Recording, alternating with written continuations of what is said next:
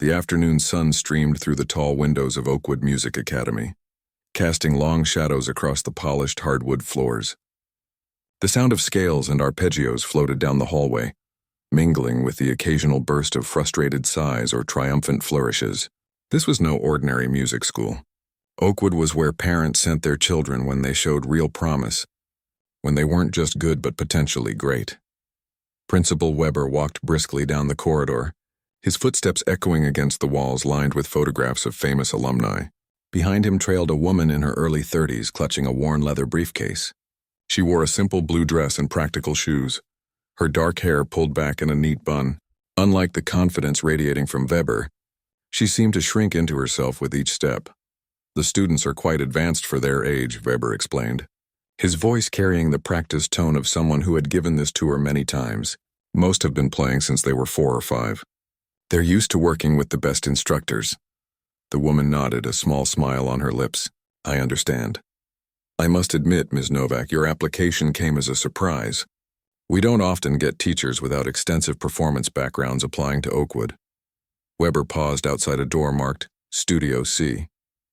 "However, your references were impeccable and we're in a difficult position with Mr. Reynolds needing sudden medical leave. Please, call me Elena," she said quietly, her words carrying a hint of an Eastern European accent.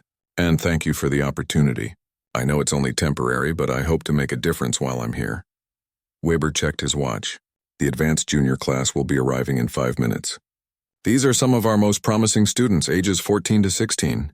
He lowered his voice. "They can be demanding. They know their talents are exceptional." Elena took a deep breath.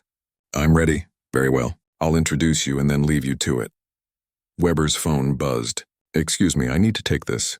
"Make yourself comfortable. They'll be here shortly." Left alone, Elena entered the studio. The room was spacious, with several upright pianos along the walls and a gleaming grand piano in the center. She ran her fingers lightly over the keys without pressing them, like greeting an old friend. Then she unpacked her briefcase, laying out sheet music and notes she'd prepared for the lesson.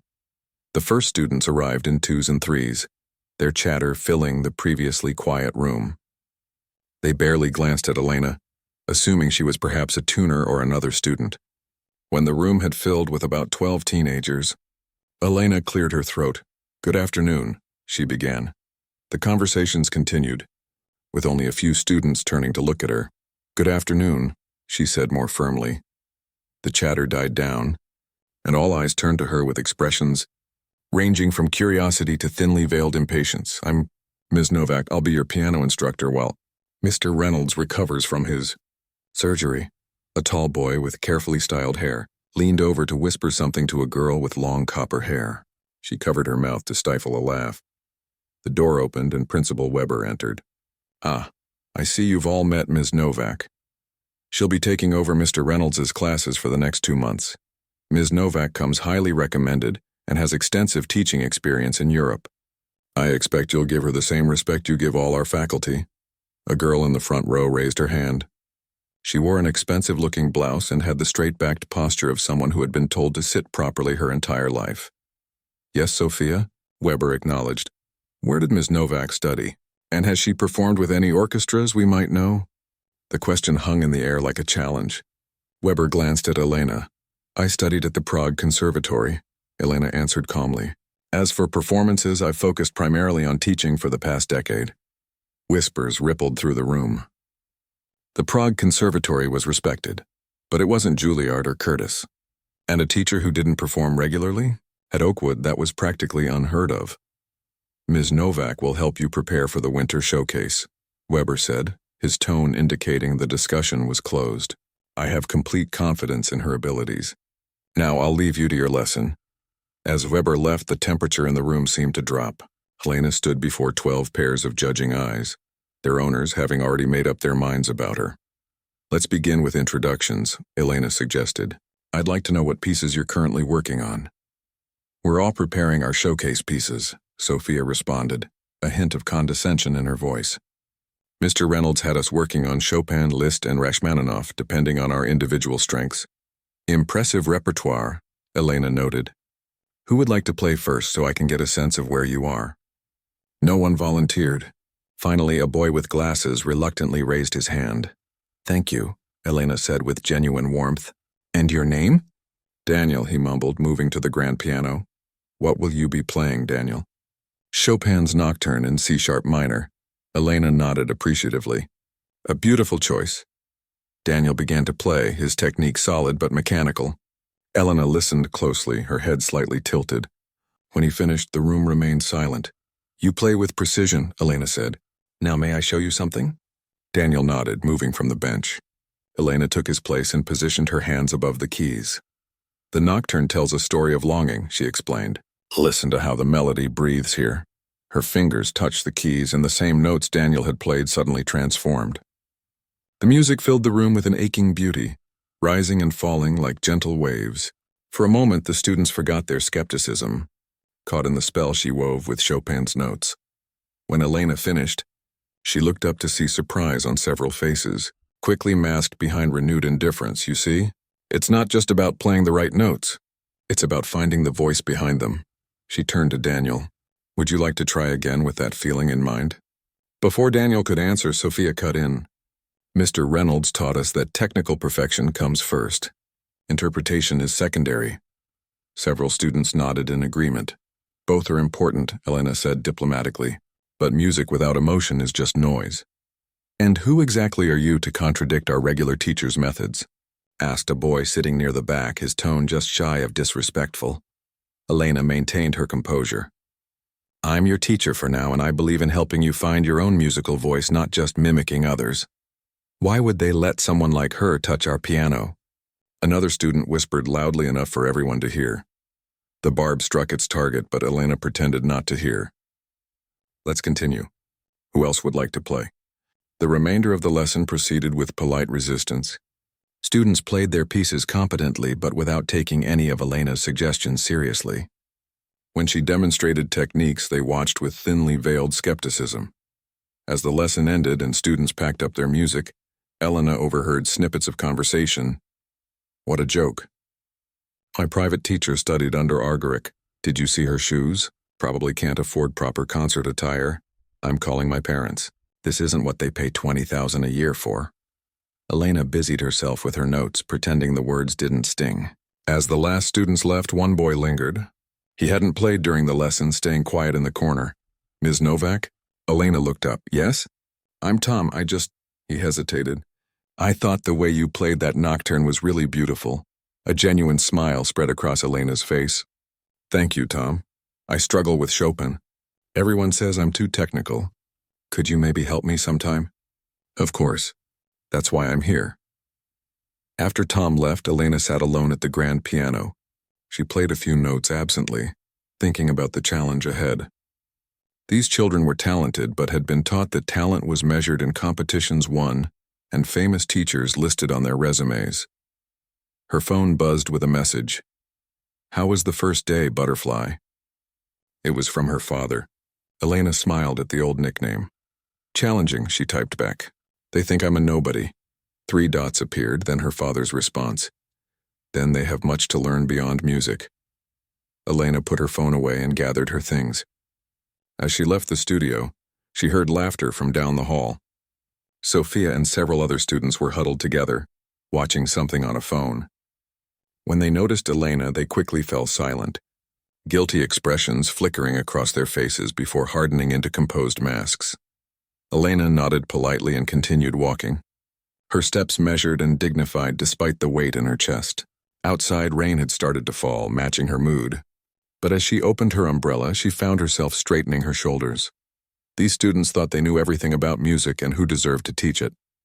They had judged her as unworthy based on her simple clothes, her accent, her lack of famous concert halls on her resume. What they didn't know could fill volumes. And perhaps, just perhaps, that was exactly what she would teach them, starting tomorrow. Elena arrived at Oakwood Music Academy the next morning with a renewed sense of determination. Yesterday had been difficult, but first days often were. She had spent the evening revising her lesson plans, thinking carefully about how to reach these talented but dismissive students. The hallways were quiet as she made her way to Studio C. Classes wouldn't begin for another hour, but Elena liked to prepare in solitude. As she approached the door, she heard something that made her pause. Piano music flowing from inside the room. She recognized Debussy's Clair de Lune, played with surprising sensitivity.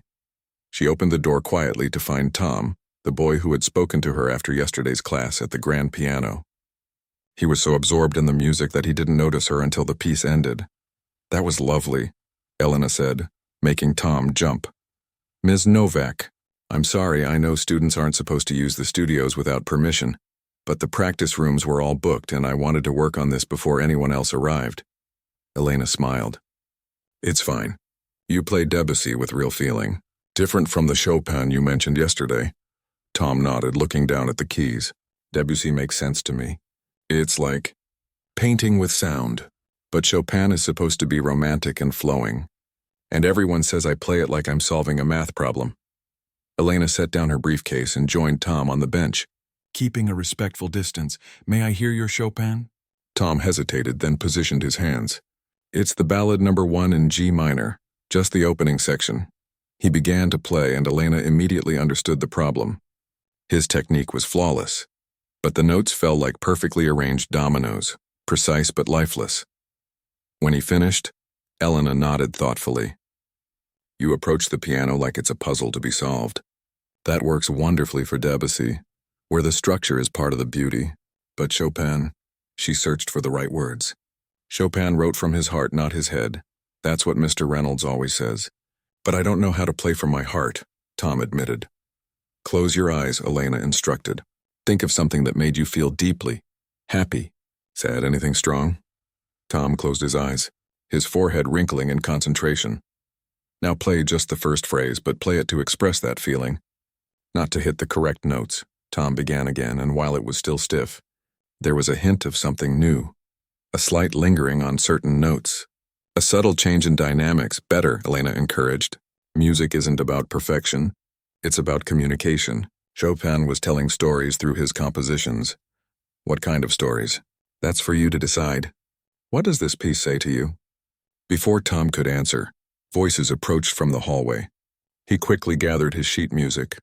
"Thanks, Ms. Novak, but maybe don't tell the others I asked for help. They already think I'm not good enough to be here." Elena's heart ached at his words. "Your secret is safe, and Tom, you absolutely belong here." He gave her a grateful smile before slipping out a side door just as Sophia entered with two friends, all carrying expensive leather music portfolios. "Oh, it's you," Sophia said, her surprise quickly masked by indifference. "We thought Mr. Reynolds might be back." "Good morning, Sophia," Elena replied pleasantly. "Mr. Reynolds is still recovering. I'll be with you for the full 2 months as planned." "Lucky us," muttered one of Sophia's friends. Just loud enough to be heard, more students filed in, filling the room with chatter that died down reluctantly when Elena called for attention. She noticed several parents lingering by the door, a new development from yesterday. "Today we'll focus on technique and expression," Elena announced. "Who would like to begin?" Sophia's hand shot up. "I will." She approached the grand piano with the confidence of someone accustomed to being the center of attention. Her piece was Liszt's La Campanella, one of the most technically demanding works in the repertoire. As Sophia played, her fingers flew across the keys with impressive speed and accuracy. The parents watching nodded appreciatively, and Elena understood why Sophia was considered the star pupil. Her technique was nearly professional. When she finished, Sophia looked at Elena with a challenging expression. "Well?" "Your technical skill is remarkable," Elena said truthfully. "Few your age could manage those leaps with such precision." Sophia smiled triumphantly. "However," Elena continued, "Liszt wrote this piece to evoke the sound of bells. La Campanella means the little bell. I didn't hear the bells in your performance." Sophia's smile faded. "I played every note correctly. Yes, you did. But playing notes and making music are different things." Elena moved to the piano. "May I?" Sophia stepped aside, arms crossed. Elena played just a short segment of the piece, but transformed it. The notes didn't just cascade. They rang and echoed, creating the illusion of bells pealing from different distances. When she finished, one of the watching parents let out an involuntary "oh" of delight. "Do you hear the difference?" Elena asked, not unkindly. Sophia's face flushed. "Mr. Reynolds never criticized my technique." It's not criticism of your technique, which is exceptional. It's an invitation to go beyond technique to find the music's heart. Elena gestured to the bench. Would you like to try that section again with the bells in mind? No, thank you, Sophia replied stiffly. I'll stick with Mr. Reynolds' guidance. As Sophia returned to her seat, Elena noticed the other students watching with varying expressions. Some smirking at Sophia's rare setback. Others worried they might be next. Who else would like to play? Elena asked. The lesson continued with most students responding to Elena's suggestions with minimal effort or veiled resistance. When she demonstrated techniques, a few would exchange glances or whisper behind their hands. One boy deliberately played a passage incorrectly, then blamed Elena's instructions when she tried to help. During a brief break, Elena overheard Sophia talking to several classmates. My father says she probably couldn't get real performance work, that's why she's teaching. He says the school must be desperate to hire someone with no reputation. My mom Googled her last night, another girl added. Nothing came up. No concert recordings, no reviews. Total nobody. Did you notice her accent gets thicker when she's trying to sound important? The music must breathe like Z's, Sophia mimicked, drawing muffled laughter. Elena pretended to be absorbed in her notes, but each word stung. Not for the first time, she questioned her decision to accept this position. Would these students ever be willing to learn from her? After class, as the students filed out, Daniel, the boy who had played Chopin's Nocturne yesterday, approached hesitantly. Ms. Novak, I tried what you suggested, about the melody breathing. I practiced it last night. Would you like to show me? Daniel nodded and returned to the piano. His playing of the same nocturne was transformed, still not perfect but alive in a way it hadn't been before. That's wonderful progress, Daniel, Elena said warmly. Thanks. He looked down shyly.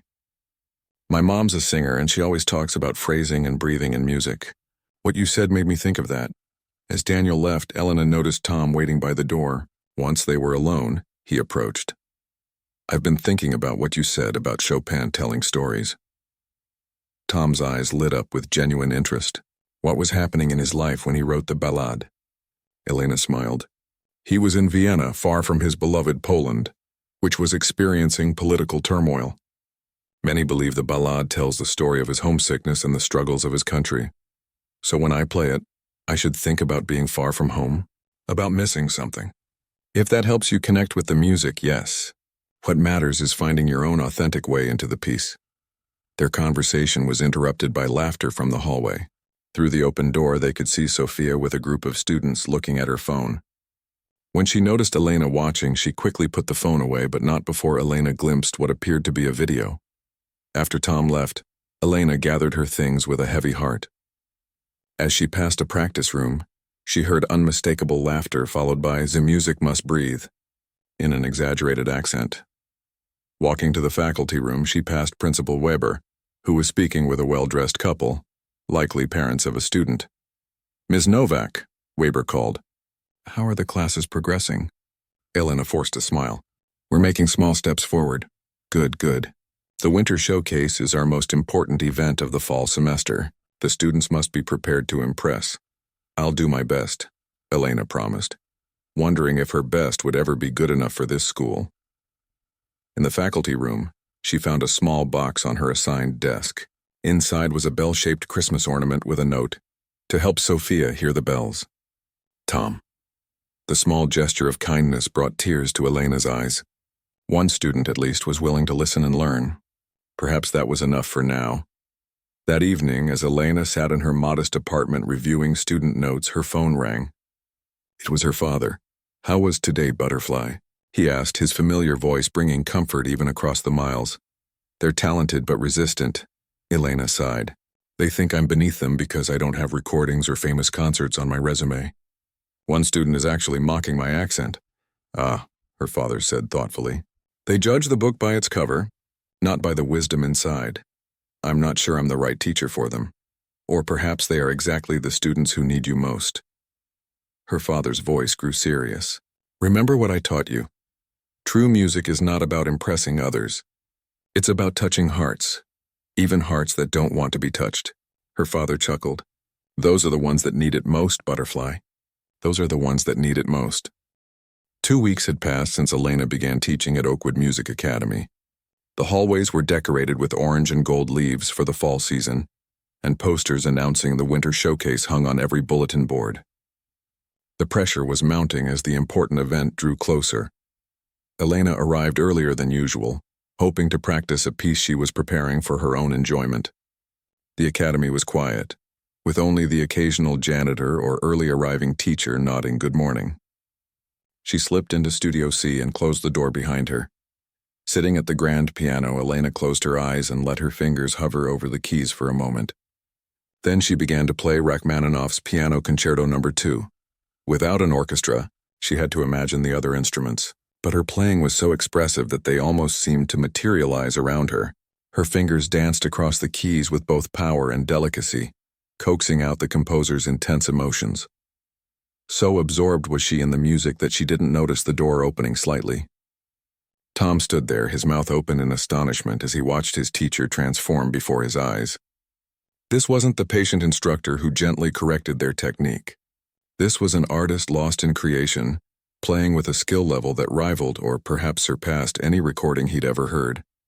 When Elena finished the movement, the final notes hanging in the air like a lingering question, Tom couldn't help himself. He clapped. Elena spun around, startled.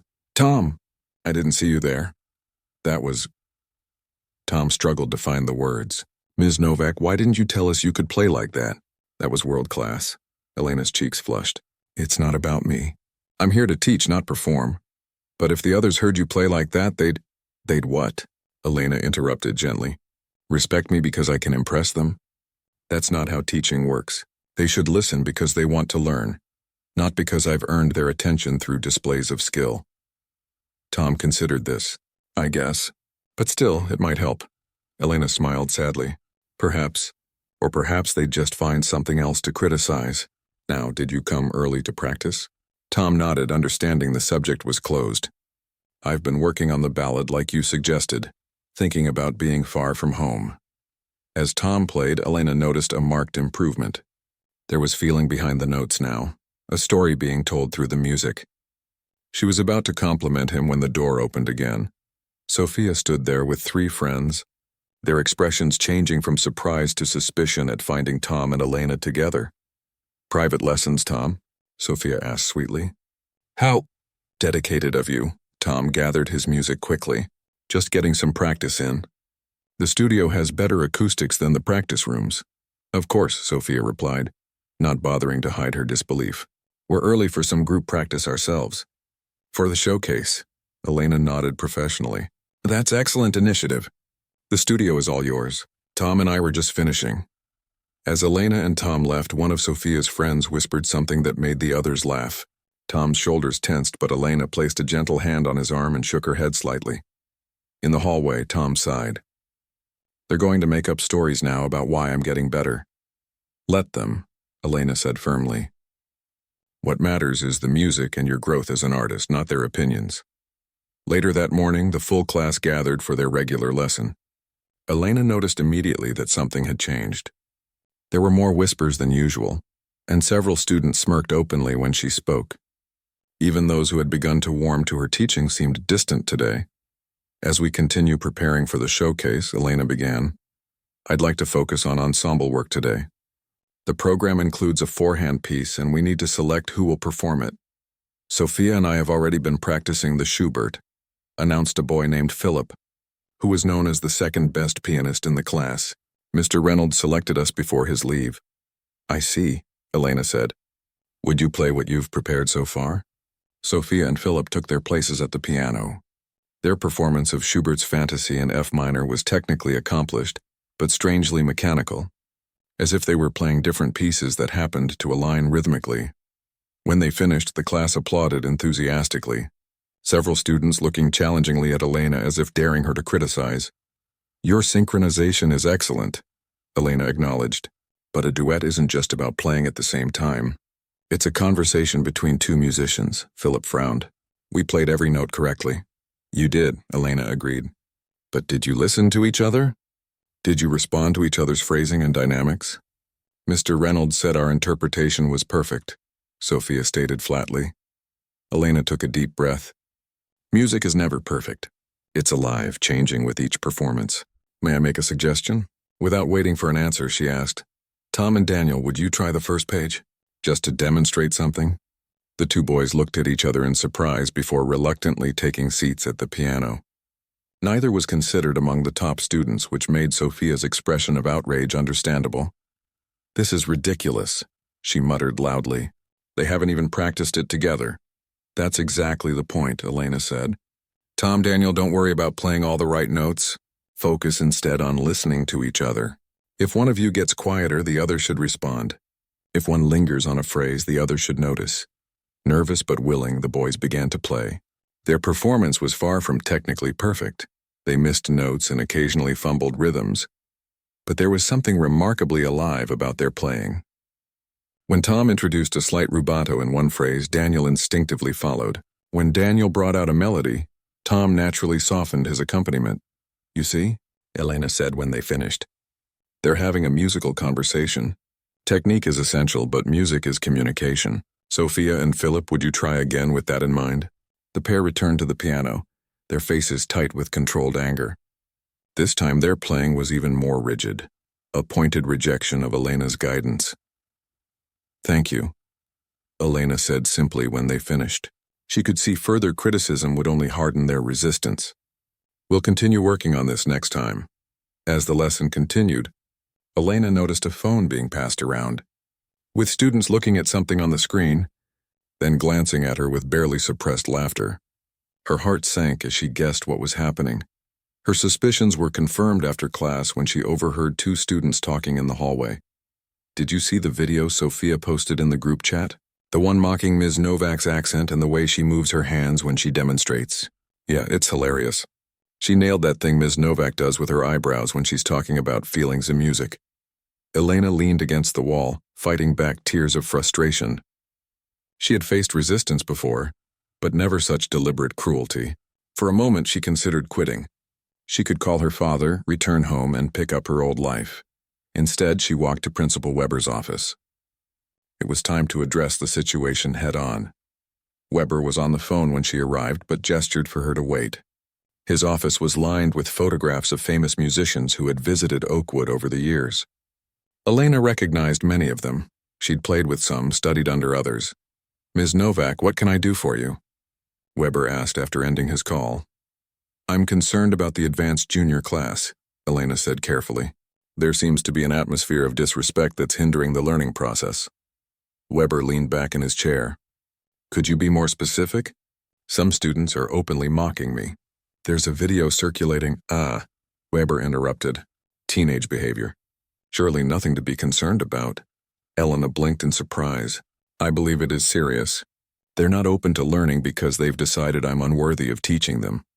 Ms. Novak, Weber said, his tone patronizing. These are exceptional young musicians from privileged backgrounds. They're used to learning from world-class performers. It's natural they would question someone with your limited credentials. Elena felt a flush of anger. My credentials are not limited, Mr. Weber. They're simply not public. Yes, well, Weber consulted his watch. I have another appointment. May I suggest focusing on preparing them for the showcase? Results will speak for themselves. Dismissed, Elena left the office feeling more alone than ever.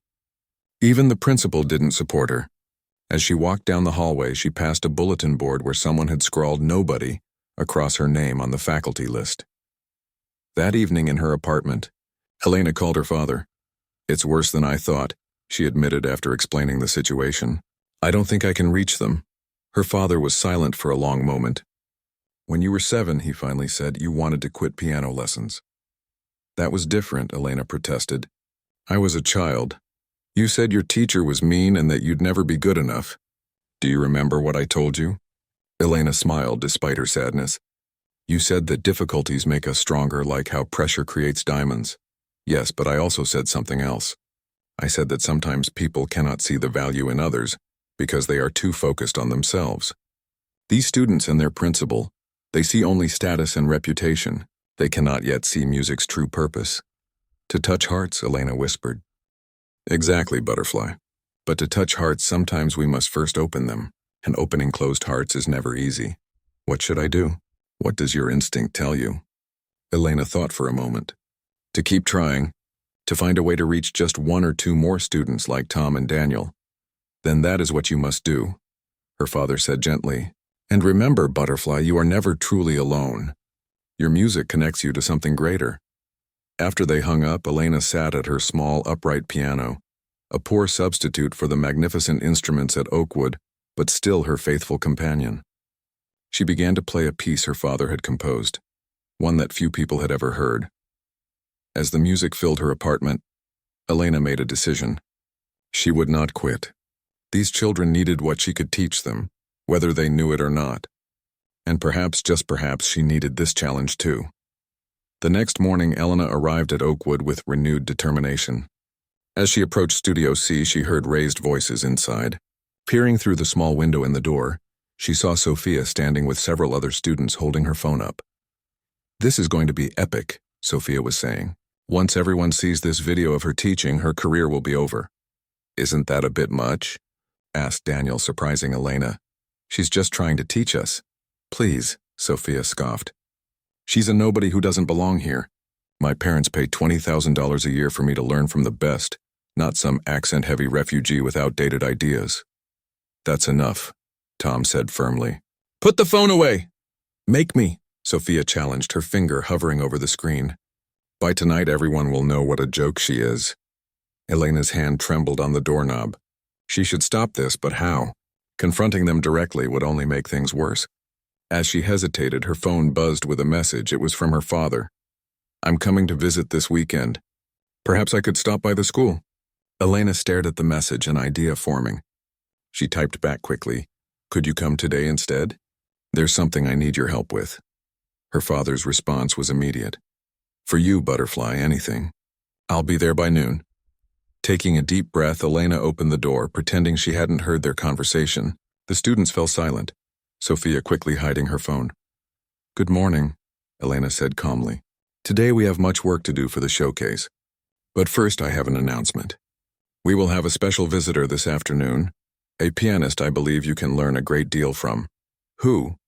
asked Philip skeptically. Elena smiled. "You'll see. Now let's begin with scales to warm up."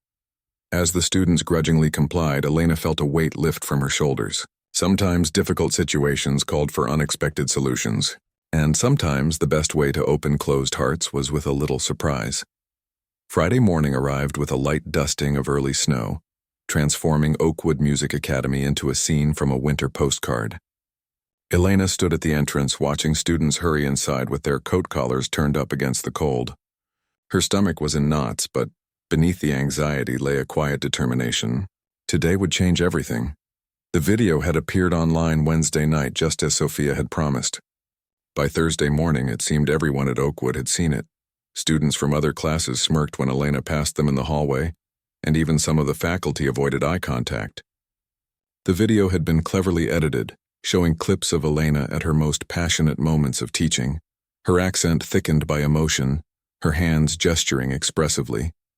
Captions mocked her methods and background, and someone had added circus music as the soundtrack. Principal Weber had called her into his office yesterday, his expression grave. "Ms. Novak, this is most unfortunate," he had said, showing her the video on his computer. "I've instructed Sophia to take it down, of course, but the damage is—" He had trailed off, unable to finish the thought. The damage was done. Elena's authority with the students, already tenuous, was now completely undermined. "I understand if you feel you can no longer continue in your position," Weber had added, not quite meeting her eyes. Elena had straightened her spine. "I have no intention of leaving, Mr. Weber. In fact, I've invited a guest to observe today's rehearsal for the showcase, a distinguished pianist who might offer some valuable perspective to our students." Weber had looked surprised. "A guest? Who?" "You'll see," Elena had replied with a small smile. "I believe you might recognize him." Now as she entered the building, Elena's phone buzzed with a message from her father. "At the hotel. We'll arrive at 11:30 as planned. Looking forward to meeting your students, Butterfly." Elena texted back quickly. "See you soon, Papa. Thank you for doing this." The morning classes passed in a blur. Elena noticed that even Tom and Daniel seemed subdued, avoiding her gaze. Had they seen the video too? Of course they had. Everyone had seen it. When the advanced junior class filed into Studio C at 11, the atmosphere was even more charged than usual. Sophia entered last, surrounded by her usual group of admirers. She shot Elena a triumphant look before taking her seat. "Good morning, everyone," Elena began, her voice steady despite her nerves. Today is our final rehearsal before the showcase. "I know you've all been working hard, and I want to make sure you're fully prepared." "We're prepared," Philip called out. "Mr. Reynolds trained us well before he left." Several students laughed, and Elena saw Sophia smirk. Nevertheless, Elena continued calmly, "I'd like to hear each of your pieces one more time." "Who would like to begin?" Sophia's hand shot up. "I will. Since I have the closing solo, it makes sense to start with me." Without waiting for Elena's response, she strode to the grand piano and sat down with a flourish. Her piece was Chopin's Ballade No. 1, the same one she'd played earlier in the week. As before, her performance was technically flawless but emotionally flat, like a beautiful painting viewed through thick glass. When she finished, the class applauded enthusiastically. Sophia looked at Elena with a challenging expression. "Well?" she asked. "Any more suggestions about finding the emotion or making the music breathe?" Her imitation of Elena's accent was subtle but unmistakable. Several students covered their mouths to hide their laughter. Elena was about to respond when the door opened. Principal Weber stepped in, followed by a tall, distinguished-looking man with silver hair and piercing blue eyes that matched Elena's own. He wore a simple but elegant dark suit, and he carried himself with quiet dignity. The room fell silent. Weber looked uncharacteristically nervous. "Ms. Novak, your guest has arrived," he said, his voice slightly higher than normal. "Students, we are honored today by the presence of—" "Please," the visitor interrupted gently, his accent similar to Elena's but deeper, richer. "No introductions yet. I'd like to listen first, if you don't mind." Weber nodded quickly. Of course. Please have a seat." The visitor smiled at Elena with obvious affection before taking a chair near the back of the room. Students exchanged confused glances. Who was this man that made their confident principal act so deferential? "Please continue," Elena said to the class. "Sophia, thank you for your performance. Tom, would you like to go next?" Tom approached the piano hesitantly, glancing back at the visitor. His piece was a Debussy prelude, and he played it beautifully, with the natural sensitivity that Elena had been encouraging. When he finished, the visitor nodded appreciatively. One by one, the students performed their pieces. With the mysterious guest watching, they played more seriously than usual, though still with their habitual focus on technical perfection rather than emotional expression. Finally, only Daniel remained. His piece was Schubert's Impromptu in G-flat major, and as he played, Elena noticed something new in his performance. He was taking risks, allowing the music to breathe, showing vulnerability. It wasn't perfect. He missed a few notes in the difficult middle section, but it was alive in a way the other performances hadn't been. When he finished, there was a moment of silence before the class applauded politely. "That was very good, Daniel," Elena said warmly. "You've made remarkable progress." "He made mistakes," Sophia pointed out. "At least 3 wrong notes in the arpeggios." "Yes," Elena acknowledged. "And yet his performance had something many of yours lacked: heart." The visitor stood up suddenly. "May I?" he asked, gesturing toward the piano. Elena nodded, and Daniel quickly vacated the bench. The visitor sat down, adjusted the seat, and flexed his fingers. Then he began to play, the opening of Chopin's Ballade No. 1, the same piece Sophia had performed. From the first notes, it was clear this was no ordinary pianist. The music flowed from his fingers like water, each phrase telling a story, each harmony revealing new depths of emotion. He didn't play the piece. He lived it. The room seemed to disappear as the music filled every corner, drawing listeners into its world of longing and passion and profound beauty. Elena watched the students' faces. They had gone completely still, their expressions transformed from skepticism to wonder. Sophia's mouth had fallen open slightly, her eyes wide. Tom was leaning forward, hardly breathing. Daniel had tears in his eyes. When the visitor finished the piece, the silence that followed was reverent. No one moved. No one spoke. The magic of what they had just witnessed hung in the air like a spell. Finally, the visitor turned to Sophia. "You play with excellent technique, young lady." Your fingers are well trained, Sophia flushed with pride. Thank you, sir. But, he continued gently, you have not yet found the heart of the music. You play the notes, but not what lies beneath them. I don't understand, Sophia said, her voice smaller than Elena had ever heard it. Music is not about being perfect, the visitor explained.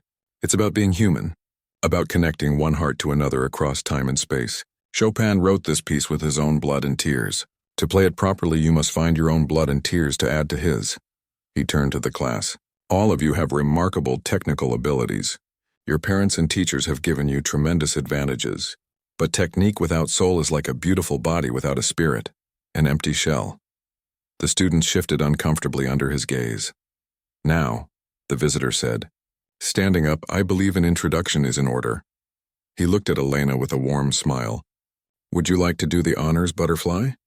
Elena stepped forward. Students, this is my father, Anton Novak. The reaction was immediate. Gasps filled the room as recognition dawned on their faces. Anton Novak was a legend in the classical music world, one of the greatest pianists of his generation, a performer who had played with every major orchestra, whose recordings were studied by serious musicians everywhere. Philip raised his hand tentatively. The Anton Novak? The one who recorded the complete Chopin ballades for Deutsche Grammophon? Anton nodded modestly. But Sophia looked from Anton to Elena and back again, her face pale. If you're Anton Novak, then that means, Principal Weber interjected, having finally recovered his composure. That Ms. Novak is Elena Novak, who before choosing to focus on teaching was one of the most promising concert pianists in Europe. She was a gold medalist at the Tchaikovsky competition when she was just 19. The students stared at Elena as if seeing her for the first time, the woman they had dismissed as a nobody, whose accent they had mocked, whose teaching they had resisted, was the daughter of Anton Novak and an accomplished pianist in her own right. I don't understand, Philip said. If you're really that good, why didn't you tell us? Why aren't you performing instead of teaching? Because teaching is not a lesser path, Elena replied quietly. I chose to teach because I believe in passing on knowledge, in helping others find their musical voices. I came here without using my father's name because I wanted to be valued for my teaching, not my connections. Anton placed a hand on his daughter's shoulder. Elena could be playing in concert halls around the world if she wished. Instead, she chose to share her gift with young musicians like yourselves. And how did you repay her generosity? With mockery and disrespect. The students looked down in shame. Sophia's face had turned crimson. I saw the video, Anton continued, his voice stern but not unkind. I saw how you laughed at my daughter's passion for music, how you mocked her accent, an accent she shares with me and many great musicians who came from our part of the world. We're sorry, Tom said suddenly, standing up. I'm sorry. You tried to teach us and we wouldn't listen. Daniel stood as well. Your suggestions helped me so much, Ms. Novak. I should have said something when the others were being mean. One by one, other students began to murmur apologies. Even Philip looked genuinely remorseful. Only Sophia remained silent, her expression a complex mixture of embarrassment, shock, and something else, perhaps the first stirrings of understanding what true musicianship meant. Anton surveyed the room. It is good to acknowledge mistakes, but better to learn from them. So what have you learned today? That we shouldn't judge people before we know them, offered Daniel. That teaching is as valuable as performing, added Tom. Anton nodded. And perhaps most importantly, that music is not about perfection or prestige. It is about communication, about touching hearts. This is what my daughter has been trying to teach you from the beginning. He turned to Elena with pride shining in his eyes. Now, Butterfly, would you show your students how their showcase pieces should really be played? Starting with the Chopin, I think. Elena hesitated only briefly before taking her place at the piano. As her fingers touched the keys, she poured everything into the music. All the hurt of the past weeks, all her passion for teaching, all her love for these difficult but talented students who might finally be ready to truly learn. And as she played, something magical happened. The barrier between teacher and students began to dissolve, replaced by the pure connection that only music can create. The week following Anton Novak's visit transformed Oakwood Music Academy. Word spread quickly throughout the school about the famous pianist and his equally talented daughter, who had been teaching there incognito. Students from other classes began lingering in the hallway outside Studio C, hoping to catch glimpses of Elena's teaching. Teachers, who had previously nodded politely but distantly, now stopped to chat with her between classes, asking about her father's upcoming performances and her own experiences on the concert stage. For Elena, the change was both welcome and slightly uncomfortable. She had never wanted fame or status to be the foundation of her teaching authority. Yet she couldn't deny that the revelation had finally opened doors that had remained stubbornly shut for weeks. Most dramatic was the change in her advanced junior students. The class dynamic had shifted entirely. Where once there had been mockery and resistance, now there was attentiveness and eager participation. Even Philip, who had been one of her most vocal critics, now hung on her every word. "Ms. Novak," he asked after one lesson, "would you consider giving me some extra help with my Beethoven sonata? I think I've been approaching it all wrong," Elena agreed, touched by his humility. Other students made similar requests, suddenly valuing the very guidance they had previously dismissed. Only Sophia remained distant. Though she had stopped her open defiance, she participated minimally in class, her eyes downcast, her usual confidence shattered. The video she had created had been removed from the internet, but its shadow lingered. Everyone remembered what she had done, including Sophia herself.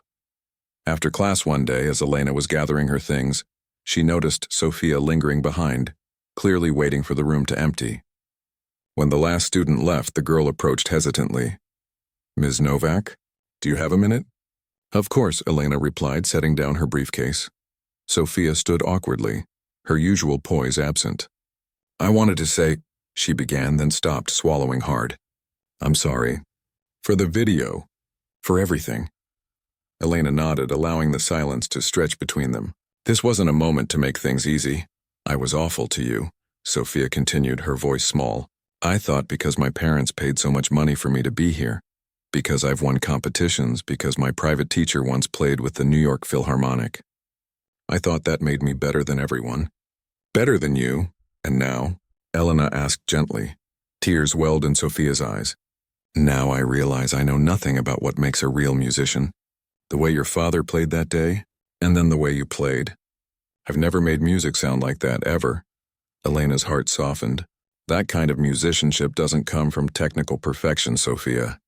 It comes from living, from feeling deeply, from being willing to be vulnerable." "Can you teach me?" Sophia asked, looking up with a vulnerability that transformed her face. "Not just to play the notes right, but to play like that?" "I can help you find your own musical voice," Elena replied. "But it will require you to let go of some things. Perfectionism, competitiveness, the need to impress. Can you do that?" Sophia nodded, wiping away a tear. "I want to try. My whole life has been about being the best, about winning. My parents, my other teachers, they all pushed me to be perfect. No one ever talked about music the way you and your father do." Elena smiled. "Then let's start fresh. Come early tomorrow and we'll work together." As Sophia left, her step lighter than when she'd arrived, Elena felt a warmth spreading through her chest. This was why she taught, for moments of breakthrough like this one. The winter showcase was now just 3 days away. With her newfound authority, Elena had made some changes to the program. Tom would play his Debussy, which now sang with genuine emotion. Daniel would perform his Schubert impromptu, imperfect but heartfelt. Philip and Sophia would still play the Schubert four-hand piece, but they had reworked it completely under Elena's guidance, focusing on listening to each other rather than simply playing simultaneously. And Sophia would still have her solo spot, but she had asked to change her piece from the Chopin Ballade to Liszt's Consolation No. 3, a simpler work technically, but one that required genuine emotional depth. "I need to learn to speak through music before I try to tell complex stories," she had explained, showing a new self-awareness that impressed Elena deeply. The day before the showcase, Principal Weber called Elena into his office.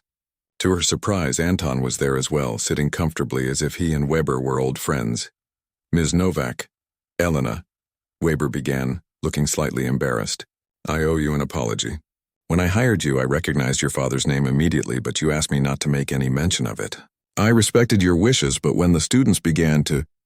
Resist your teaching, I should have stepped in more firmly. You hired me knowing who I was? Elena asked, surprised. Weber nodded. Of course. Your reputation in Europe precedes you, even if you haven't performed much in America. When Mr. Reynolds needed emergency surgery, I was desperate to find someone of his caliber on short notice. When your application came in, I couldn't believe my luck. Yet you let the students treat my daughter disrespectfully. Anton observed, his voice mild but his eyes sharp.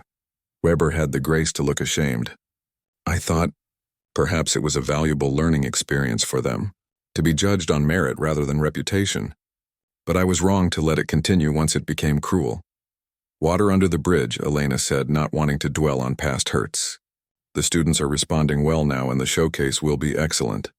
About that, Weber said, brightening. I've taken the liberty of inviting several important people, the board of directors, major donors, even a critic from the city newspaper. With your father's visit and your own background coming to light, there's considerable interest in our program right now. Elena felt a flutter of anxiety. The students are prepared to play well, but they're still learning. This shouldn't be about creating a spectacle, Anton chuckled. My daughter always protecting her students. But don't worry, Butterfly. A little pressure is good for young musicians, and they will have you to guide them. The morning of the showcase arrived bright and clear, the Academy's concert hall filling with parents, siblings, faculty, and the special guests Weber had invited. Backstage, the students of the advanced junior class gathered in their formal attire, nervous energy making them fidget and whisper. I think I'm going to be sick, Tom confessed, loosening his bow tie. There are so many people out there. Focus on the music, not the audience, Elena advised, moving through the group with calm assurance. Remember what we've practiced. You're not playing for them. You're playing for the music itself. The students took the stage one by one. To Elena's delight, even those who had been most resistant to her teaching now showed traces of the expressiveness she had been encouraging. Technical mistakes happened, a missed note here, a rushed phrase there, but there was life in their playing that hadn't been there before. When Daniel finished his Schubert, the audience erupted in genuine appreciation. His parents in the front row were beaming with pride. Tom's Debussy created a hushed atmosphere of wonder that lingered even after the final notes faded. Philip and Sophia played their duet with a synchronicity that came not from mechanical precision, but from truly listening to each other. Finally, it was time for Sophia's solo. As she walked to the center of the stage, Elna noticed a new quality in her bearing. Not the brittle confidence of before, but something more grounded, more authentic. Sophia sat at the grand piano and took a deep breath. Then she began to play Liszt's Consolation. The piece was simple compared to the virtuosic works she usually performed, but in that simplicity lay its challenge. There was nowhere to hide, no flashy passages to distract from any lack of emotion. But Sophia didn't hide. For the first time she played with her heart fully exposed. The melody sang with a poignancy that caught the audience by surprise. This was not the same girl who had played with cold perfection just weeks ago. This was an artist beginning to find her voice. When she finished, there was a moment of profound silence before the applause began. Elena, watching from the wings, saw tears in Sophia's eyes as she stood to take her bow. After the showcase, the reception area buzzed with excited conversation. Parents congratulated their children. Faculty members mingled with donors and critics scribbled in notebooks. Anton Novak was surrounded by admirers, graciously answering questions about his upcoming concert schedule. Elena found herself approached by a couple she recognized as Sophia's parents. Ms. Novak, Sophia's father began formally. We owe you an apology. Our daughter told us how she behaved in your class about the video. He looked genuinely distressed. We've always pushed Sophia to be the best, her mother added. Perhaps too hard. We never considered that there was more to music than perfect technique in winning competitions. Your daughter played beautifully today, Elena said. She has extraordinary potential not just as a technician but as an artist. That's because of you, Sophia said, joining them. You taught me what music really means, Elena smiled. I only opened the door. You walked through it yourself. Later, as the reception wound down, Elena found herself standing with her father near the grand piano where her students had performed. You've done good work here, Butterfly, Anton said proudly. These children play differently now. They listened differently. It wasn't easy, Elena admitted. There were days I wanted to give up, to tell everyone who I really was just to make them listen. But you didn't. You stayed true to your purpose, and in the end they learned something far more valuable than if you had used our name from the beginning. What's that? Anton smiled, his eyes crinkling at the corners. They learned to look beyond appearances, beyond credentials, to recognize that true artistry can come from unexpected places, that sometimes the greatest teachers are the ones who don't need to announce their greatness. As they turned to leave, Elena spotted Tom, Daniel, and Sophia standing together near the door. They were talking animatedly, gesturing toward the piano, clearly discussing music with a passion that hadn't been there before. In that moment, Elena knew that whatever happened next in her teaching career, this first difficult experience had been worthwhile. The next morning, Elena arrived at Oakwood to find a small package on her desk in Studio C. Inside was a bell-shaped ornament, similar to the one Tom had given her weeks ago. But this one was made of crystal, catching the light in rainbow patterns. A note accompanied it. To help us all hear the bells in the music. Thank you for showing us how to listen. Your students Elena hung the ornament on the music stand of the grand piano, where it would catch the light during lessons. As she prepared her notes for the day, she heard footsteps in the hallway. Her students were arriving, not just on time, but early, eager to learn, and this time they were ready to listen.